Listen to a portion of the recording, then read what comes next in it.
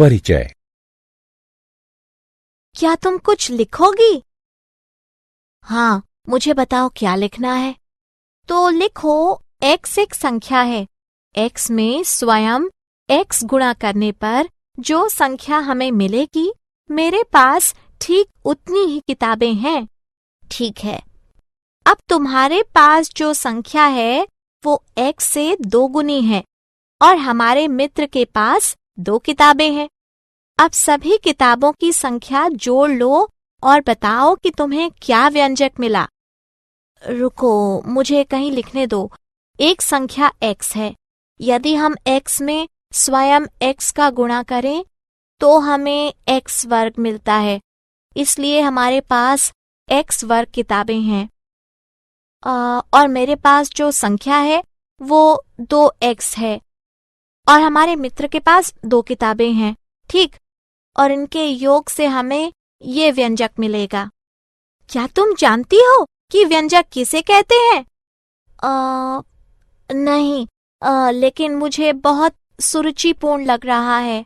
ये प्रश्न एक बहुपद था। आओ मैं तुम्हें विस्तार से समझाती हूँ। उद्देश्य। इस पाठ के अंत में आप निम्न करने में सक्षम हो जाएंगे। एक चर राशि वाले बहुपद लिखना, बहुपदों के गुणों की व्याख्या करना, बहुपदों में शून्यों की संख्या लिखना, शेषफल प्रमेय की व्याख्या करना, बहुपदों का गुणनखंड करना, बीजीय सर्वसमीकाओं को लिखना और बहुपदों से संबंधित प्रश्नों को हल करना। एक चर राशि वाले बहुपद। एक बहुपद केवल जोड़े, घटाए या गुणा किया जा सकने वाले पदों से बनता है। एक बहुपद ऐसा दिखता है। बहुपद बहु और पद से मिलकर बना है, जिसका मतलब है कई पद। एक बहुपद में निम्नलिखित हो सकते हैं: अचर राशि जैसे 3, घटा 20 या 1/2, चर राशि जैसे x और y, घातांक जैसे y वर्ग में 2 लेकिन सिर्फ 0, 1, 2, 3 इत्यादि। एक चर राशि में बहुपद वह बहुपद होता है जिसके व्यंजक में सिर्फ एक चर राशि होगी, जैसे 2x वर्ग जमा x, y की घात 3 जमा y जमा 1 इत्यादि। परिभाषाएं। पद बहुपद y वर्ग जमा 4y बहुपद में y वर्ग और 4y इसके पद हैं। बहुपद ठीक ऐसे ही 3x का वर्ग जमा 2x जमा 8 में 3 पद 3x वर्ग 2x और 8 हैं। गुणांक। किसी भी चर राशि के ठीक पहले आने वाली संख्या उसका गुणांक होती है। उदाहरणार्थ 2x में 2 गुणांक है। बहुपद में बहु का तात्पर्य कई से है, हालांकि छोटे बहुपदों के अपने भिन्न नाम हो सकते हैं। किसी एक पद के बहुपद जैसे 2x या 4x वर्ग को एक पद भी कहा जा सकता है। 2 पदों वाले बहुपद जैसे 2x जमा y या x वर्ग घटा 4 को द्विपद भी कहा जा सकता है। 3 पदों वाले बहुपद जैसे 2x जमा y जमा z या x की घात 4 जमा 4x वर्ग घटा 4 को त्रिपद भी कहा जा सकता है। अंश। बहुपद के किसी भी व्यंजक के सबसे बड़े घातांक को उस बहुपद का अंश कहते हैं। किसी भी बहुपद का अंश जानने के लिए आपको उसका सबसे बड़ा घातांक निकालना होगा। चलिए अगली स्क्रीन में बहुपद का घातांक निकालना सीखते हैं। उदाहरण 4x वर्ग जमा 6x जमा 5। इस बहुपद के 3 पद हैं। पहला 4x वर्ग है, दूसरा 6x और तीसरा 5 है। पहले पद का घातांक 2 है, दूसरे पद का घातांक 1 है, क्योंकि 6x बराबर 6x की घात 1 है। तीसरे पद का घातांक 0 है, क्योंकि 5 बराबर 5x की घातांक 0 है। और किसी भी चर अचर राशि का घातांक यदि 0 है तो वह राशि हमेशा 1 के बराबर होगी। इस प्रकार 5x की घातांक 0 बराबर 5 गुणा x की घातांक 0 बराबर 5 गुणा 1 बराबर 5। क्योंकि सबसे बड़ा घातांक 2 है, इसलिए 4x वर्ग जमा 6x जमा 5 का अंश 2 होगा। बहुपद का अंश। वह बहुपद जिसका अंश 1 हो रेखीय बहुपद कहलाता है। इसका सामान्य स्वरूप ax जमा b है, जहां a और b अचर राशियां हैं और a 0 के बराबर नहीं है। वह बहुपद जिसका अंश 2 हो वर्गीय बहुपद कहलाता है। इसका सामान्य स्वरूप ax वर्ग जमा bx जमा c है, जहां a, b और c अचर राशियां हैं और a 0 के बराबर नहीं है। वह बहुपद जिसका अंश 3 हो त्रिघातीय बहुपद कहलाता है। इसका सामान्य स्वरूप ax की घात 3 जमा bx वर्ग जमा cx जमा d है, जहां a, b, c और d अचर राशियां हैं और a 0 के बराबर नहीं है। यदि किसी बहुपद में सभी अचर राशियां 0 हैं, अर्थात a 0 बराबर a1 बराबर a2 बराबर a3 बराबर इत्यादि बराबर an बराबर 0, तो वह बहुपद शून्य बहुपद कहलाता है। शून्य बहुपद को 0 से दर्शाते हैं। शून्य बहुपद का अंश परिभाषित नहीं है। बहुपद के शून्य। बहुपदों की चर राशियों के आधार पर हम उन्हें p, x, qx, py आदि तरह से दिखाते हैं। उदाहरणार्थ py बराबर y की घात 3 जमा y जमा 1, ry बराबर 2 घटा y वर्ग जमा 6y की घात 5। अब इस बहुपद को देखें। qy बराबर 2y की घात 3 घटा 5y वर्ग जमा 3y घटा 6। यदि हम y का मान 1 रख दें तो हमें यह प्राप्त होगा, जो 2 घटा 5 जमा 3 घटा 6 यानी घटा 6 के बराबर होगा। इसलिए y बराबर 1 रखने पर qy का मान घटा 6 होगा। अब हमें py बराबर y जमा 1 को हल करना चाहिए। y का मान 1 रखने पर हमें p बराबर 2 प्राप्त होगा। अब y का मान ऋण 1 रखने पर हमें p ऋण 1 बराबर ऋण 1 जमा 1 मिलता है, जो 0 के बराबर है। चूंकि p घटा 1 बराबर 0 है, इसलिए हम कह सकते हैं कि बहुपद py का 0 घटा 1 है। बहुपदों के शून्य को बहुपदों का मूल भी कहते हैं। एक अशून्य अचर बहुपद का कोई शून्य नहीं होता। एक रेखीय बहुपद का केवल एक शून्य होता है। उदाहरण देखिए और बताइए कि घटा 4 और 4 बहुपद x घटा 4 के शून्य हैं या नहीं। हल माना कि px बराबर x घटा 4 के मान को प्रतिस्थापित करने पर हमें p घटा 4 बराबर घटा 4 घटा 4 बराबर घटा 8 मिलता है। 4 के मान को प्रतिस्थापित करने पर हमें p4 बराबर 4 घटा 4 बराबर 0 मिलता है। हम देख चुके हैं कि p घटा 4 बराबर घटा 8 और p4 बराबर 0 है। इसलिए 4 तो x घटा 4 का 0 है, लेकिन घटा 4 नहीं है। चलिए अब हम बहुपद QU बराबर 2U जमा 1 का 0 निकालते हैं। हल। किसी भी बहुपद का 0 निकालना किसी समीकरण को हल करने जैसा ही है, इसलिए हम QU बराबर 0 को हल करेंगे।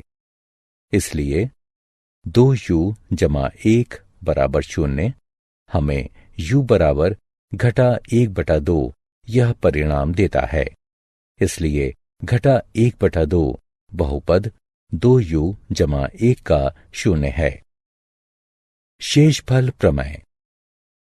अंकगणित में हम कैसे भाग देते थे, यह हमें याद है। उदाहरणार्थ 7 को 2 से भाग देने पर 3 आता है और शेषफल 1 बचता है। भाग के प्रत्येक हिस्से का एक नाम है। भाज्य, भाजक, भागफल, शेषफल। इसे इस रूप में भी लिखा जा सकता है। भाज्य बराबर भाजक गुणा भागफल जमा शेषफल। ठीक इसी तरह हम बहुपदों को भी विभाजित कर सकते हैं। उदाहरणार्थ 5x की घात 3 जमा x वर्ग जमा x बटे x, जहां हम मान लेते हैं कि x बराबर 5x वर्ग जमा x जमा 1, 5x की घात 3 जमा x वर्ग जमा x के गुणनखंड हैं और 5x की घात 3 जमा x वर्ग जमा x, 5x वर्ग जमा x जमा 1 और x का गुणज है। अब देखते हैं कि शेषफल प्रमेय क्या कहता है।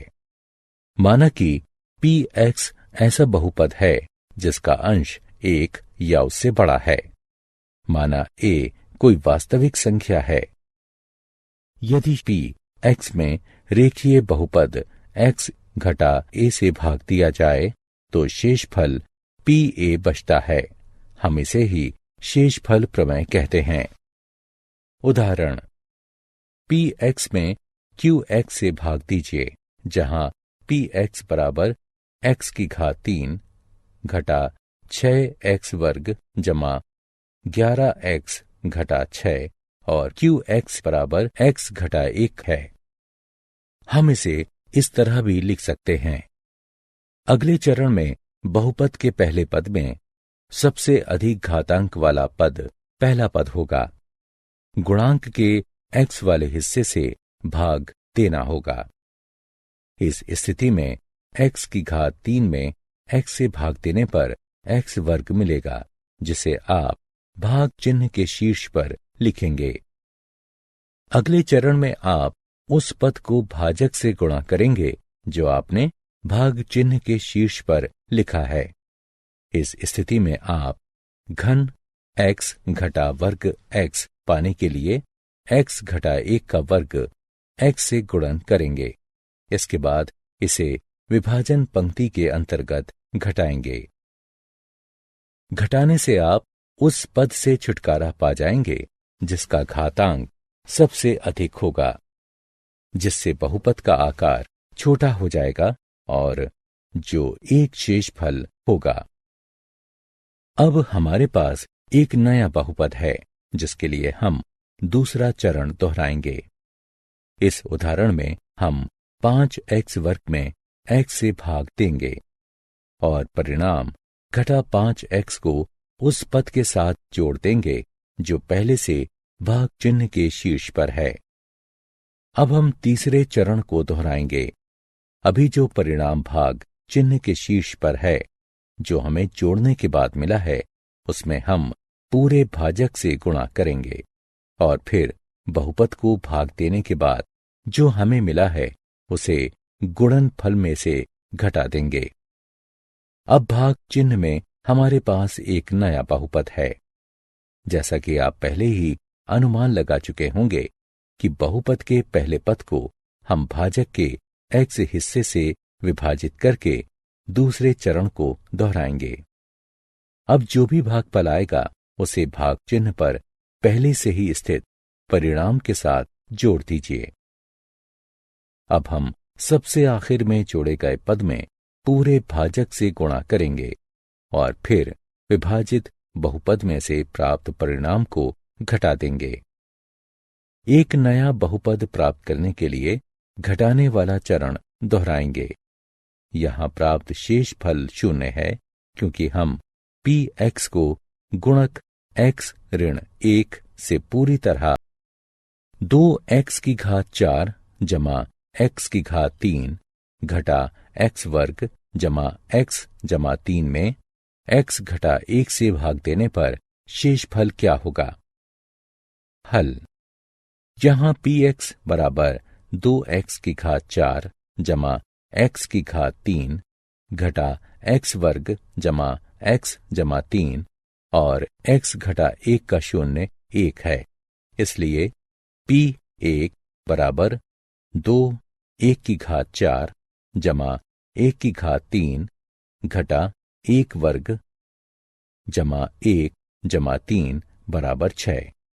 इसलिए शेषफल प्रमेय के अनुसार 2x की घात 4 जमा x की घात 3 घटा x वर्ग जमा x जमा 3 में x घटा 1 से भाग देने पर शेषफल 6 होगा। बहुपद का गुणनखंड। गुणनफल प्रमेय। यदि px एक बहुपद है जिसका अंश n बड़ा है 1 से, जहां n बराबर 1 है और a कोई भी वास्तविक संख्या है, तो यदि p a बराबर 0 है तो x घटा a px का एक गुणनफल होगा और यदि x घटा a px का गुणनफल है तो pa बराबर 0 होगा। गुणनफल के उदाहरण। उदाहरण: बहुपद 2x का वर्ग घटा 5x जमा 3 का गुणनखंड कीजिए। हल। माना f(x) बराबर 2x वर्ग घटा 5x जमा 3 है। चलिए प्रयत्न और त्रुटि विधि द्वारा x बराबर 1 की जांच करते हैं। इसलिए f1 बराबर 2(1) का वर्ग घटा 5 1 जमा 3 बराबर 2 घटा 5 जमा 3 बराबर 0। गुणनफल प्रमेय के अनुसार यदि f1 बराबर 0 है तो x घटा 1 बहुपद fx का गुणनखंड होगा। इसलिए x घटा 1 दिए गए बहुपद का गुणनखंड होगा। दिए गए बहुपद में x घटा 1 से भाग देने पर हमें 2x घटा 3 मिलता है। इसलिए दिए गए बहुपद के गुणनखंड x घटा 1 और 2x घटा 3 होंगे। बीजगणितीय चिन्ह। यहां कुछ बीजगणितीय चिन्ह हैं, हम जिन्हें पहचानना सीखेंगे। उदाहरण: सीधा सीधा गुणा किए बिना 107 गुणा 104 का मान बताइए। हल। समीकरण की गणना करके हल करने पर हमें 11128 प्राप्त होगा। क्या आप जानते हैं बहुपदीय गुणनखंड के वास्तविक शून्यों की संख्या बहुपद के अंश से अधिक नहीं होती। एक बहुपद के वास्तविक शून्यों की संख्या उस बहुपद के अंश के बराबर या अंश से 2 के गुणनफल में कम की संख्या के बराबर होगी। इसलिए 6 अंश के बहुपद के वास्तविक शून्यों की संख्या 6, 4, 2 या 0 होगी तथा 5 अंश के बहुपद के वास्तविक शून्यों की संख्या 5, 3 या 1 होगी। विषम अंश के सभी बहुपदों का कम से कम एक वास्तविक शून्य होता है। यह तथ्य ऊपर कही गई बातों के आधार पर निकला है। किसी बहुपद का सबसे बड़ा अंश टर्निंग पॉइंट्स कम से कम 1 अधिक होना चाहिए। सारांश। आइए हमने जो कुछ सीखा है उसे संक्षेप में दोहराएं। एक बहुपद px एक चर राशि x में x रूपों में एक बीजीय अभिव्यक्ति है। px बराबर an xn जमा an घटा 1 x की घात n घटा 1 जमा इत्यादि जमा a2 x वर्ग जमा a1 x जमा a0 जहां a0 a1 a2 इत्यादि an अचर राशियां हैं और an जो बराबर नहीं है 0 के। एक पद के बहुपद को एक पद कहते हैं। 2 पदों के बहुपद को द्विपद कहते हैं। 3 पदों के बहुपद को त्रिपद कहते हैं। एक अंश के बहुपद को रेखीय बहुपद कहते हैं। 2 अंश के बहुपद को वर्गीय बहुपद कहते हैं। 3 अंशों के बहुपद को त्रिघातीय बहुपद कहते हैं। यदि pa बराबर 0 है तो एक वास्तविक संख्या a एक बहुपद px का 0 होगी। इस स्थिति में a समीकरण px बराबर 0 का मूल कहा जाता है। एक चर राशि वाले हर रेखीय बहुपद का एक विशिष्ट 0 होता है। एक अचर राशि जो 0 नहीं है, इसके बहुपद का कोई 0 नहीं होता और हर वास्तविक संख्या का 0 बहुपद का एक 0 है। शेषफल प्रमेय। px कोई बहुपद है जिसका अंश 1 या उससे बड़ी कोई भी वास्तविक संख्या है। यदि px में रेखीय बहुपद x घटा a से भाग दिया जाए तो शेषफल pa बचता है।